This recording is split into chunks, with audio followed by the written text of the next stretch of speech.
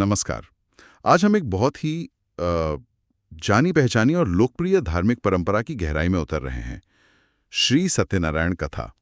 हमारे पास जो जानकारी है, जो स्रोत हैं, वो इस कथा के अलग अलग अध्यायों पर, इसकी मान्यताओं पर और इसके सांस्कृतिक महत्व पर काफ़ी रोशनी डालते हैं।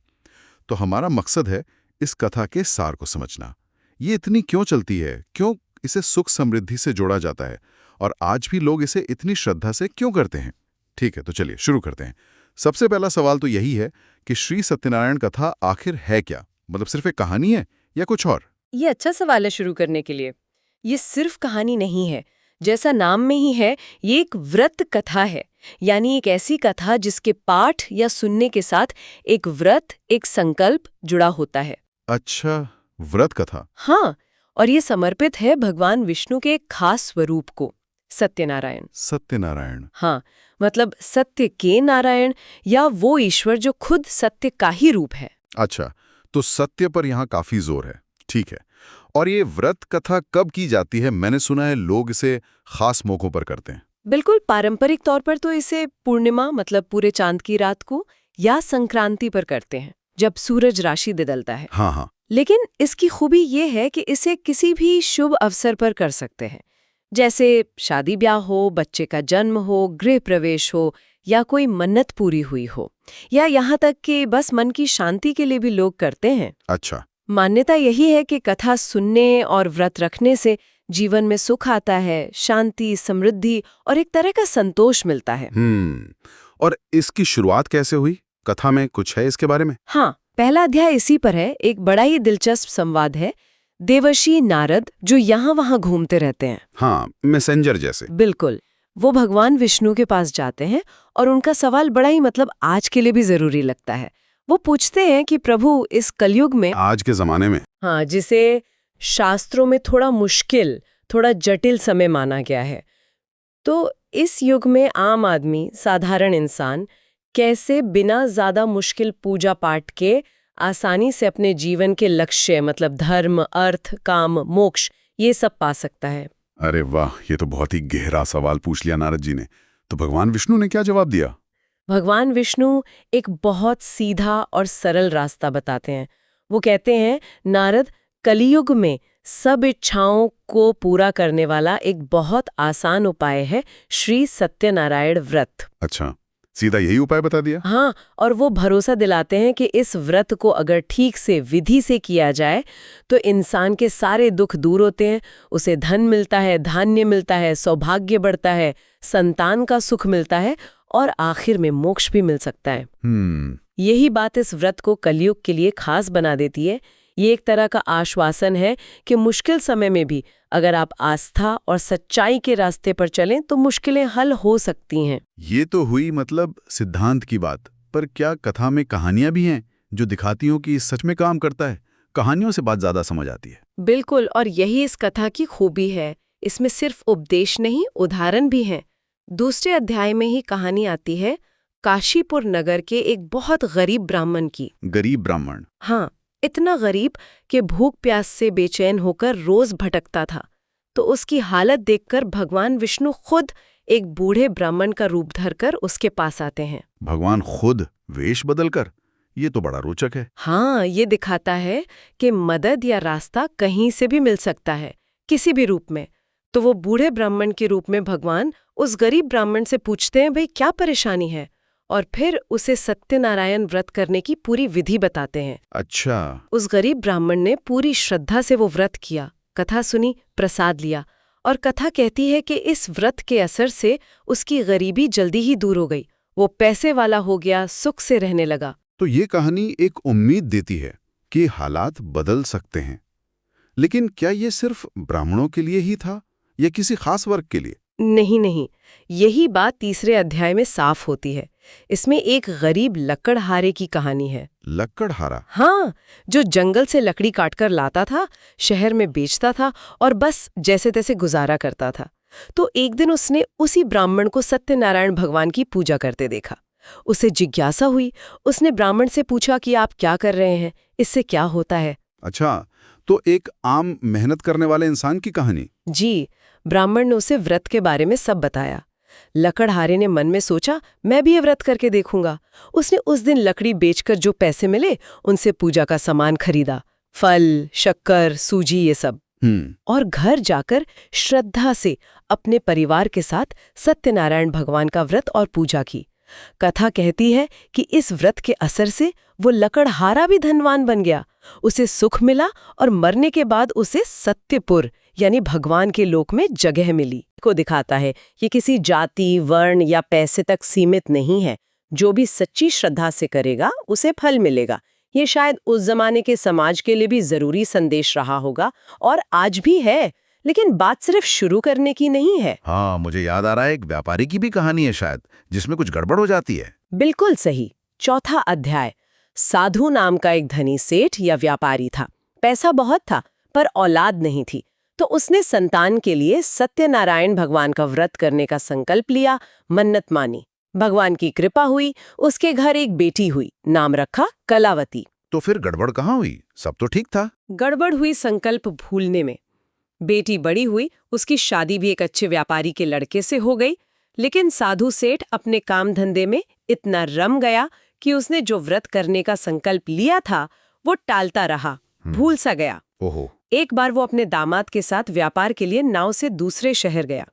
उसी समय राजा के महल से कुछ चोरी हुई। चोर भागे, सिपाहियों को देखा तो डर के मारे चोरी का माल वहीं फेंक गए जहां ये सेठ और उसका दामाद ठहरे थे। अरे, मतलब वो बेचारे बेवजह फंस गए। हाँ, सिपाहियों ने उन्हें ही चोर समझ लिया, राजा के सामने पेश किया। राजा ने भी बिना ज्यादा जांच पड़ताल किए उन्हें जेल में डाल दिया और उनकी सारी संपत्ति भी छीन ली। बाप रे। और कथा कहती है कि ये सब इसलिए हुआ क्योंकि साधु सेठ अपना वचन, अपना संकल्प पूरा नहीं किया था। यहाँ सत्य के प्रति जो निष्ठा होनी चाहिए उसमें कमी आ गई। तो ये कहानी सिर्फ पूजा ना करने की नहीं है, बल्कि अपना वादा ना निभाने के अंजाम की ज्यादा है। हाँ, ये तो दिलचस्प पहलू है। सत्यनारायण के सत्य का यहाँ सीधा मतलब दिखता है। बिल्कुल, ये जिम्मेदारी और कमिटमेंट की बात सिखाती है। उधर जब साधु सेठ की पत्नी लीलावती और बेटी कलावती को ये पता चला तो वो बहुत दुखी हुई। एक दिन कलावती ने कहीं सत्यनारायण भगवान की पूजा होते देखी। वो वहां गई, कथा सुनी, प्रसाद लिया और घर आके माँ को सब बताया। तब उन्हें याद आया कि अरे, पिताजी ने तो व्रत का संकल्प पूरा ही नहीं किया था। फिर माँ बेटी दोनों ने श्रद्धा से व्रत किया और भगवान से प्रार्थना की कि पति और दामाद सही सलामत वापस आ जाए। और उसका असर हुआ, प्रार्थना सुनी गई। हाँ, कथा के अनुसार भगवान सत्यनारायण राजा के सपने में आए और उसे कहा कि उन दोनों व्यापारियों को छोड़ दो, वो निर्दोष हैं, उनकी संपत्ति लौटा दो वरना तुम्हारा राजपाट सब नष्ट हो जाएगा। अच्छा, राजा डर गया होगा। हाँ, राजा ने सुबह उठते ही वैसा ही किया। साधु सेठ और उसका दामाद आजाद होकर घर वापस आए। तो कहानी ये भी दिखाती है कि भूल सुधारने का मौका हमेशा होता है और सच्ची श्रद्धा से की गई प्रार्थना सुनी जाती है। लेकिन इसमें एक और मोड़ है। एक और? अभी खत्म नहीं हुई कहानी? नहीं, इसमें एक सबक और बाकी था। घर लौटते समय भगवान सत्यनारायण एक साधु का भेष धरकर उनकी नाव के पास आए। उन्होंने पूछा, तुम्हारी नाव में क्या भरा है? साधु सेठ ने शायद अहंकार में या फिर सच छिपाते हुए कह दिया, जी, लता पत्ते भरे हैं। अरे, फिर झूठ बोल दिया? हाँ, तो साधु रूपी भगवान ने कहा, तथास्तु, यानी ऐसा ही हो। जब सेठ ने नाव में देखा तो सचमुच उसका सारा कीमती सामान लता पत्तों में बदल गया था। उसे फिर अपनी गलती समझ आई, उसने माफी मांगी, तब जाकर उसका धन वापस मिला। अच्छा, ये फिर से सच बोलने और विनम्र रहने के महत्व पर जोर देता है। वाह, मतलब एक ही कहानी में कितनी सारी बातें हैं। वचन निभाना, भूल सुधारना, सच बोलना, अहंकार न करना, ये तो वाकई जिंदगी के जरूरी पाठ सिखाती है। अच्छा, और 5वां अध्याय, उसमें क्या है? 5वां अध्याय राजा तुंगध्वज की कहानी है। वो राजा अच्छा था, प्रजा का ध्यान रखता था, लेकिन थोड़ा अहंकारी था। एक बार शिकार से लौट रहा था तो देखा कि नदी किनारे कुछ ग्वाले मिलके सत्यनारायण भगवान की पूजा कर रहे हैं। ग्वाले? अच्छा। हाँ। राजा प्यासा था, लेकिन अपने पद के घमंड ने वो पूजा स्थल पर रुका नहीं उसने ग्वालों ने जो प्रसाद दिया वो लिया। उसने एक तरह से पूजा का और भक्तों का अपमान कर दिया। ओहो, और इसका भी नतीजा बुरा हुआ होगा फिर। हाँ, कथा कहती है कि इस अपमान की वजह से राजा के 100 बेटे मर गए, उसका सारा धन दौलत नष्ट हो गया, वो बड़े संकट में पड़ गया। तब उसे लगा कि ये सब जरूर उस दिन भगवान सत्यनारायण का प्रसाद न लेने के कारण हुआ है। उसे अपनी गलती का बहुत पछतावा हुआ। वो फौरन उन ग्वालों के पास गया, उनके साथ मिलके ठीक से विधि विधान से सत्यनारायण भगवान की पूजा की, कथा सुनी और प्रसाद लिया। इसके बाद भगवान की कृपा से उसे अपना खोया हुआ राजपाट, बेटे, धन सब कुछ वापस मिल गया। तो ये कहानी तो सीधे सीधे श्रद्धा और विनम्रता के महत्व को दिखाती है, चाहे आप राजा ही क्यों ना हो। इन कहानियों से ये तो साफ है कि कथा का संदेश बड़ा गहरा है। अच्छा, अगर कोई ये व्रत करना चाहे तो इसकी विधि क्या है? क्या ये बहुत मुश्किल है? विधि सरल ही है, पर श्रद्धा और सफाई का ध्यान रखना जरूरी बताया गया है। सबसे पहले तो नहा धोकर तन मन से शुद्ध होना, फिर पूजा की जगह को गोबर से लीपकर या आजकल जैसे साफ करके वहाँ एक सुंदर मंडप या चौकी सजाते हैं। मंडप या चौकी? हाँ, उस पर केले के खंभे लगाना शुभ मानते हैं। और पूजा का सामान, क्या क्या चीजें जरूरी होती हैं? एक कलश रखते हैं, उसमें पानी भरते हैं, आम के पत्ते और नारियल रखते हैं, भगवान सत्यनारायण की मूर्ति या फोटो रखते हैं। गणेश जी की पूजा तो सबसे पहले होती ही है। नवग्रह यानी 9 ग्रह देवता और दूसरे देवी देवताओं को भी याद करते हैं, उनकी पूजा करते हैं। फिर भगवान सत्यनारायण की पूजा होती है। इसमें पंचामृत का खास महत्व है। पंचामृत? वो दूध, दही? हाँ, दूध, दही, घी, शहद और शक्कर, इन 5 चीजों का मिश्रण, इससे भगवान को स्नान कराते हैं। पंचामृत, इसका कोई खास मतलब होता है? ये 5 चीजें ही क्यों? हाँ, माना जाता है कि ये 5 चीजें शुद्धता, पोषण, मिठास और जीवन के जो सबसे अच्छे तत्व हैं उनका प्रतीक है। ये एक तरह से अपनी सबसे अच्छी चीजें भगवान को चढ़ाने का भाव है। इसके अलावा मौसम के फल, फूल, खासकर 5 अलग-अलग रंग के फूल मिले तो बहुत अच्छा। तुलसी दल, पान, सुपारी, रोली, कलावा, जनेऊ, ये सब चढ़ाते हैं। और प्रसाद? मैंने सुना इसमें एक खास तरह का प्रसाद बनता है। जी हाँ, प्रसाद में आमतौर पर गेहूं के आटे या सूजी को घी में भूनकर उसमें शक्कर और केले मिलाकर पंजीरी या हलवा बनाते हैं। हलवा? हाँ, और खास बात यह है कि इसे सवाया मात्रा में बनाने की परंपरा है। सवाया मतलब थोड़ा ज्यादा, जैसे 1 किलो सोचा तो 1.25 किलो? हाँ, बिल्कुल। इसका क्या कारण हो सकता है? ये उदारता का भाव है, श्रद्धा का, मतलब भगवान के लिए अपनी क्षमता से थोड़ा बढ़कर चढ़ाना। और ये भी है कि प्रसाद इतना बने कि पूजा के बाद जितने भी लोग हों सब में आराम से बढ़ जाए, कोई कम न रह जाए। अच्छा, ये बात है। और पूजा में बस सामान चढ़ाना होता है या कुछ और भी? सामान चढ़ाने के साथ साथ अगर हो सके तो विष्णु सहस्त्र नाम यानी भगवान विष्णु के 1000 नामों का पाठ करना बहुत अच्छा माना जाता है। हाँ, वो तो बड़ा शक्तिशाली माना जाता है। जी। फिर सबसे जरूरी हिस्सा श्री सत्यनारायण व्रत कथा के 5 अध्यायों को पढ़ना या सुनना। कथा पूरी होने के बाद आरती करते हैं और फिर वो जो सवाया प्रसाद बनाया था वो सबसे पहले भगवान को भोग लगाते हैं और फिर जितने भी लोग वहां मौजूद हों सब में बांटते हैं। प्रसाद लेना भी पूजा का जरूरी हिस्सा है। प्रसाद बांटना और लेना, ये इतना जरूरी क्यों मानते हैं? देखिए, ये सिर्फ पेट भरने की बात नहीं है। प्रसाद को भगवान का आशीर्वाद मानते हैं। उसे सबके साथ बांटना मतलब शेयर करना, ये समुदाय की भावना, बराबरी की भावना को मजबूत करता है। याद है राजा तुंगध्वज वाली कहानी? हाँ, उन्होंने प्रसाद नहीं लिया था। और नतीजा क्या हुआ? तो ये दिखाता है कि पूजा सिर्फ अकेले की नहीं है, ये एक सामूहिक अनुभव भी है। सब एक साथ भगवान का आशीर्वाद लेते हैं। समझ गया। तो इन सब कहानियों का विधि विधान का निचोड़ क्या है? इस व्रत और कथा से आखिर मिलता क्या है? कथा के आखिर में फलश्रुति दी होती है, यानी इसका फल क्या है। जैसा भगवान विष्णु ने नारद जी को शुरू में बताया था और जैसा अलग अलग कहानियों से भी पता चलता है, इस व्रत को ठीक से करने और कथा सुनने से इंसान के हर तरह के दुख कष्ट दूर होते हैं। हर तरह के? हाँ, उसे जीवन में सुख मिलता है, शांति मिलती है, धन धान्य मिलता है, सौभाग्य, संतान सुख, ये सब मिलता है।